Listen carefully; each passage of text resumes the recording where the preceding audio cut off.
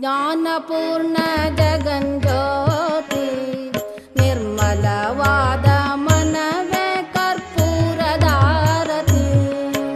ಜ್ಞಾನಪೂರ್ಣ ಜಗಜ್ಯೋತಿ ನಿರ್ಮಲವಾದ ಮನವೇ ಕರ್ಪೂರದಾರತಿ. ಅನುದಿನ ಗುರುವಿನೊಳನು ಗೂಡಿ ಭಕ್ತಿಯಲಿ, ಅನುದಿನ ಗುರುವಿನೊಳನು ಗೂಡಿ ಭಕ್ತಿಯಲಿ, ಜನನ ಮರಣ ರಹಿತ ಜಂಗಮಕ್ಕೆ ಬೆಳಗಿರಿ. ಜ್ಞಾನಪೂರ್ಣ ಜಗಜ್ಯೋತಿ ನಿರ್ಮಲವಾದ ಮನವೇ ಕರ್ಪೂರದಾರತಿ.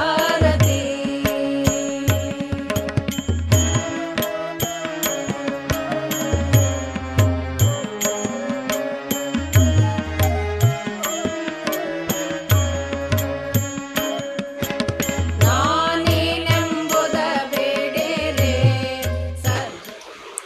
Number 2, ಎರಡನೇದು 40-year-old tree. 40-year-old tree 40 ವರ್ಷದ ಹಳೆ ಮರ absorbed 2 metric ton of the carbon dioxide in 1 year from the atmosphere. ಸುಮಾರು 2 ಮೆಟ್ರಿಕ್ ಟನ್ ಅಷ್ಟು ಇಂಗಾಲ ಡೈಆಕ್ಸೈಡನ್ನು ಪ್ರತಿ ವರ್ಷದಲ್ಲಿ ಹೀರ್ಕೊಳ್ಳುತ್ತೆ. Reduce the additional carbon to the soil. That means reduce the global warming and climate change.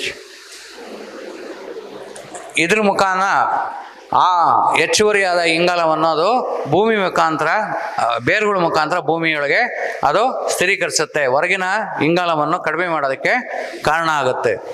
And emit, that one tree emit 776 liter oxygen in the atmosphere in 1 year. 776 litre 776 liter oxygen in the atmosphere in 1 year.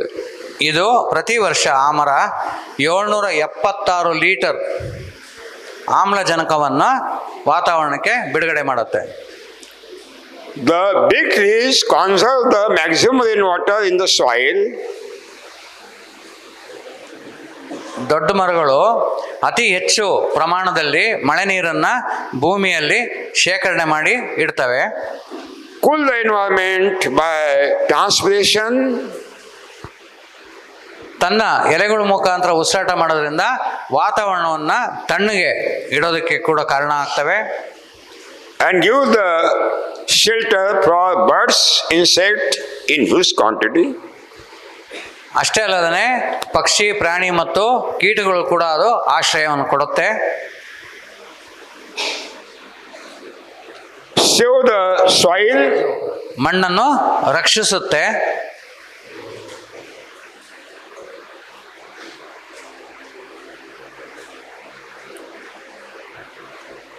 And due to the continuous leaf fall, we get natural mulching.